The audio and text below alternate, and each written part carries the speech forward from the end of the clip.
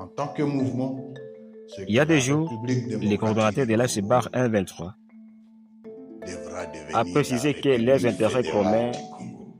et que la République démocratique du Congo devait dans un avenir proche la République fédérale du Congo. C'est-à-dire,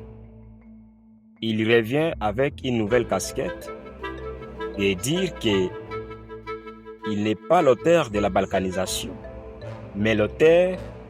de l'instauration d'une nouvelle forme de l'État qui, selon lui, pourrait être importante pour le développement et l'instauration de la paix dans un pays fragilisé. Peuple congolais, cette nouvelle idée est considérée pour notre part comme une flatterie visant à faire oublier la population congolaise de son objectif, la lutte de la balkanisation. Ce que nous devons savoir est que vers les années de 2006,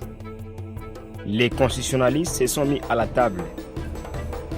à Kinshasa et ils ont adopté la forme d'État unitaire décentralisé pour unifier et réunifier notre République. Mais selon les coordonnateurs de l'AFC Bar 1-23, cette décision devient obsolète. Des conformismes et il habille un masque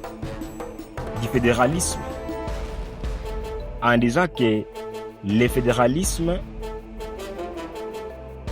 pourrait dans un avenir proche nous faire sortir dans les chaos et la mauvaise gouvernance. Peuple congolais, est-ce que ce n'est pas une stratégie politique usée par les coordonnateurs de l'AFC Bar 1-23